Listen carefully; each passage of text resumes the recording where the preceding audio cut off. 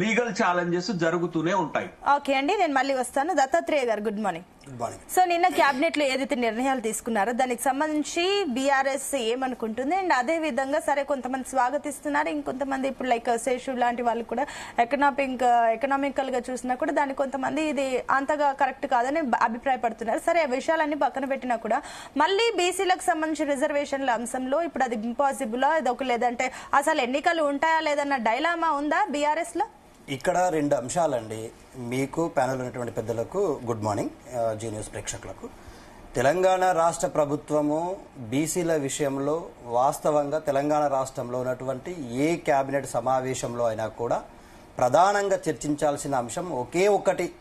కేబినెట్లో తీసుకున్న అంశాలన్నింటికంటే కూడా అత్యంత ప్రాధాన్యతతో కూడుకున్నటువంటి అంశం ఏంటంటే బీసీల రిజర్వేషన్ల అమలు కోసం మనం చేయాల్సినటువంటి చిత్తశుద్ధి ఏంది. కానీ ఇక్కడ చాలా స్పష్టంగా అర్థమవుతుంది ఏంటంటే కాంగ్రెస్ పార్టీకి బీసీలకు 42% రిజర్వేషన్ల అంశం కేవలం ఎన్నికల వాగ్దానంగానే మిగిలిపోయేటువంటి పరిస్థితి కనిపిస్తా ఉంది. ఇక్కడ వాళ్ళ చిత్తశుద్ధి లోపం చాలా స్పష్టంగా కనబడతా ఉంది. ఎందుకంటా ఉన్నామంటే మీకు ఒక 4 ఉదాహరణలు చెప్తాను. 1966లో కాసు బ్రహ్మానందరెడ్డి ప్రభుత్వం నుంచి మొదలుకొంటే నేటి రేవంత్ రెడ్డి ప్రభుత్వం వరకు నాడు అనంతరామ కమిషన్ ఇస్తారు, అది 25% బీసీలు ఉన్నారని తెలుస్తుంది, అమలు చేద్దామని పోయేసరికి జీవో ఇష్యూ చేస్తారు, ఇట్లనే అగ్రవర్ణాలకు లేకపోతే ఆధిపత్య కులాలకు చెందిన వాళ్ళు కేసు ఇస్తారు, కొట్టుకుపోతుంది. నేడు రేవంత్ రెడ్డి కూడా అన్ని నాటకాలు ఆడి అన్ని వేషాలు వేసి చివరకు మళ్ళా పాడిందే పాడరా పాసవాన్ల దాస అన్నట్టుగా మొదటి కాడికే వచ్చిండు. ఏమన్నాడు, మేము జీవో విడుదల చేస్తా ఉన్నాం, జీవో నంబర్ 9, దాని ప్రకారం ఇక 42% రిజర్వేషన్లు ఇస్తా అన్నాడు. ఒక్క వ్యక్తి పోయిండు, మనకు తెలుసు, కోర్టులో కేసు వేసిండు, అది తుపేయులు మని కొట్టిపాడేసారు.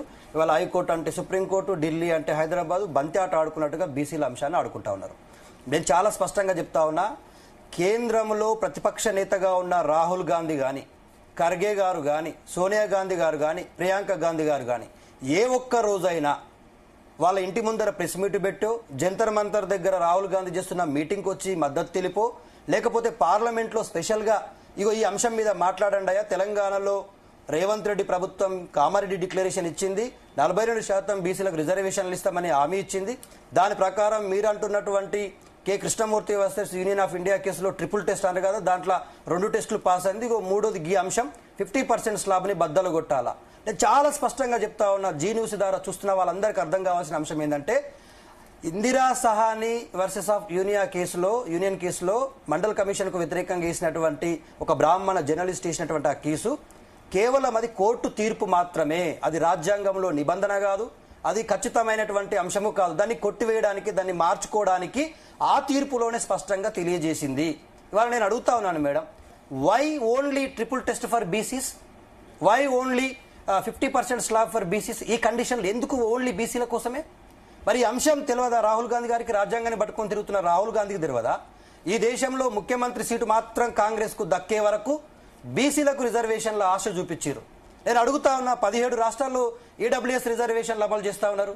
ఏ 50% స్లాబ్ కేసు అడ్డం పడ్డది వాళ్ళకి ఆ రిజర్వేషన్ల కోసం? ఏ ట్రిపుల్ టెస్ట్ పాస్ అయినరు వాళ్ళు? ఏ ఎంపారికల్ డాటా తీసుకుపోయి లెక్కలు చూపించి రిజర్వేషన్లు పొందినరు?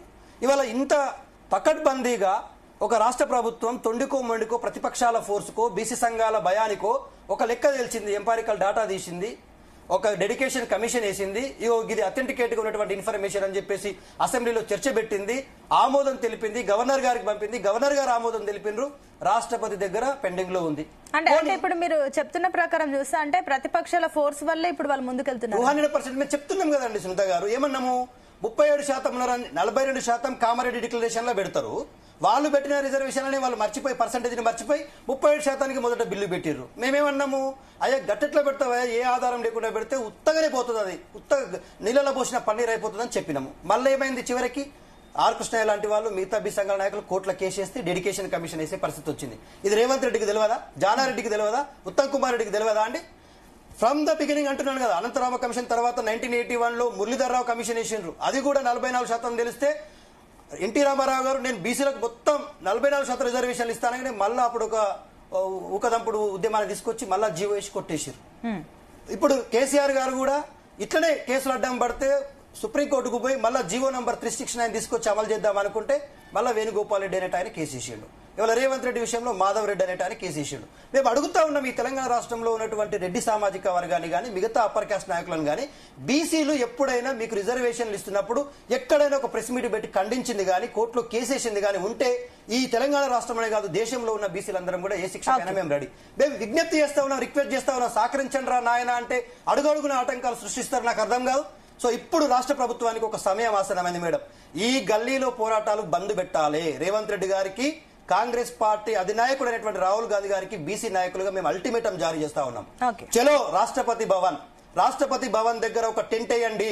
తెలంగాణ రాష్ట్రం నుంచి అన్ని బీసీ సంఘాలను అన్ని ప్రతిపక్ష పార్టీలను తీసుకొని చలో ఢిల్లీ టూర్ పెట్టండి. మీరు రాష్ట్రపతి భవన్ ముందర పరేడ్ పెట్టండి, బీసీల పరేడ్ పెట్టండి. 9th షెడ్యూల్లో చేర్చుడో నేను అడుగుతా ఉన్నా రేవంత్ రెడ్డిని, నువ్వు కూర్చోవాలి ఆమరణ నిరాహార దీక్ష. అవునండి, మేము కూడా కూర్చుంటాం. ఫస్ట్ రేవంత్ రెడ్డి ఆయన ముఖ్యమంత్రి సీటు కోసం 42% రిజర్వేషన్లు ఇస్తా అని అబద్ధపు హామీ ఇచ్చి అది అమలు పరిచే విషయంలో ఇగో రోజుకొక వేషం ఇస్తా ఉన్నాడు. ఒక రోజేమో హైకోర్టుల కేసు అంటాడు, ఒక రోజేమో SLP అంటాడు, స్పెషల్ లీవ్ పిటిషన్ అంటాడు, ఒక రోజేమో జీవో నంబర్ 9 అంటాడు, ఇంకో రోజేమో ఎంపారికల్ డాటా లేదంటాడు. ఈ నాటకాలు ఎందుకు? మేమందరం ఇక్కడ వీఆర్ వెల్ ఎడ్యుకేటెడ్ అండి. శేషు గారైనా నేనైనా మా చరణ్ అయినా మాకందరికి తెలుసు రాజ్యాంగబద్ధంగా రిజర్వేషన్లు రావాలంటే మమ్మల్ని ఇవాళ దేశంలో కూడా సెకండరీ గ్రేడ్ సిటిజన్స్ గా చూస్తా ఉంది రాజ్యాంగం. కూడా మాకు బాధ కలుగుతా ఉంది. రాజ్యాంగంలో దళితులకు 340, 341 ప్రకారం వాళ్ళకు రిజర్వేషన్లు ఇస్తారు, వాళ్ళ జనాభా లెక్కలు తీస్తారు, వాళ్ళకి రిజర్వేషన్లు ఇస్తారండి. విద్యలో, ఉద్యోగాల్లో, రాజకీయాలు. ఏమంటా ఉన్నా బీసీల విషయానికి వచ్చేసరికి పార్టీలేమో అగ్రవర్ణాల ఆధిపత్యాల చేతుల్లో పార్టీలు ఉంటాయి.